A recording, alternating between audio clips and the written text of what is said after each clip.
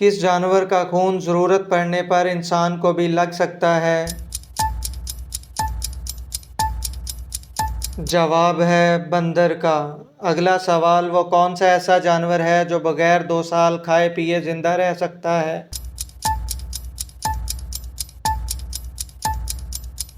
जवाब है सांप। अगला सवाल, बताएं कि इंसान के जिस्म में सबसे लंबी हड्डी कौन सी है?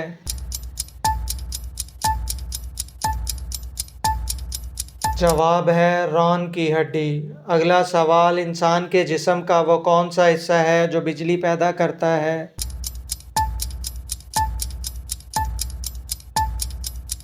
जवाब है दिमाग। अगला सवाल, वो कौन सा ऐसा जानवर है जो सांप की तरह अपनी खाल बदल सकता है? जवाब है मकड़ी। अगला सवाल, वो कौन सा जानवर है जो रात को सबसे तेज देख सकता है?